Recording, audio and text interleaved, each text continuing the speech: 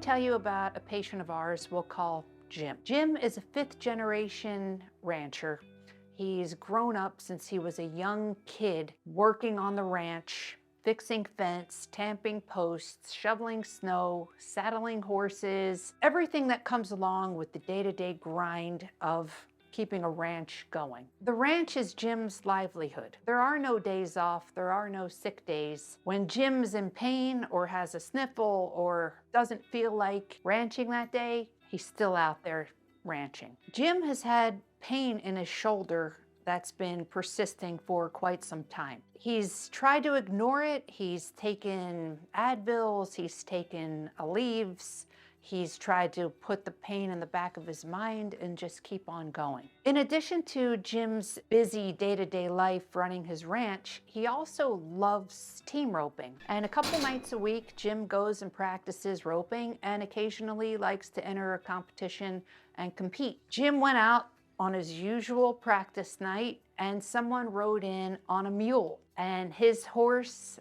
didn't like it. And next thing Jim knew, he was bucked off on the ground on his bad shoulder. This just compounded the pain that Jim had already been having with his shoulder, and now he was forced to have to address the issue. He asked his neighbor who he saw about his shoulder pain, and he told him the name of his doctor in town. So Jim got on the phone, waited on hold, finally got an appointment with his doctor, and went to see him 3 weeks later. During this 3-week time, Jim was still out there working, guarding his arm. He was in a lot of pain. It made his day-to-day tasks a lot more difficult. He went to his doctor and his doctor told him he needed to get an MRI. He took the script from the doctor, went home, called the MRI facility, made an appointment for 2 weeks later, and went in and had his MRI done. Now, 2 weeks after that, Jim goes back to his doctor where he's told, Jim, your rotator cuff is completely torn. Your joint is severely arthritic. The only option you have is a total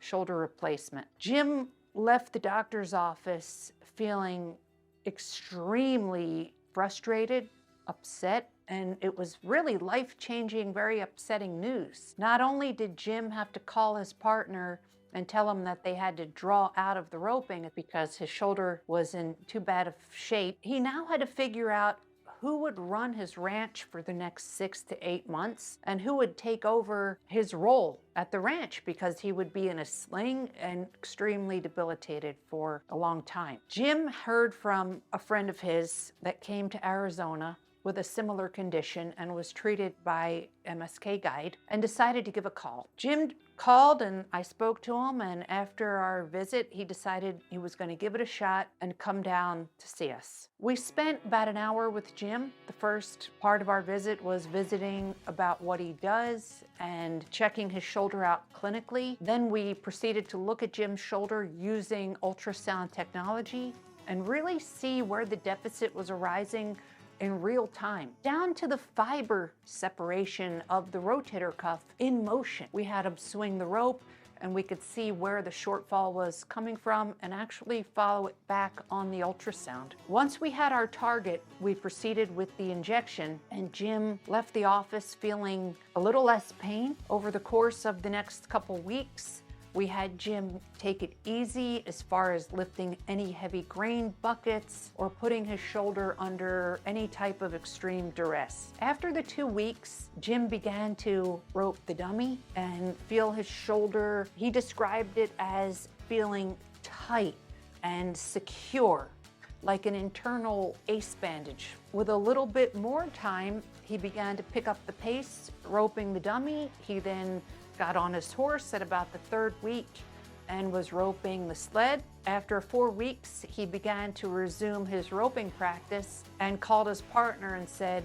we're not drawing out of that roping, and they ended up winning that roping. He has continued to do amazingly well and has been able to avoid having that shoulder replaced.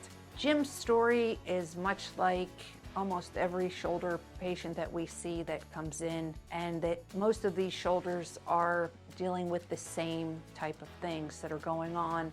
Torn up rotator cuff tendons, bone on bone, sometimes a dislocated biceps tendon, and we felt it fitting to describe this shoulder as the Dakota shoulder.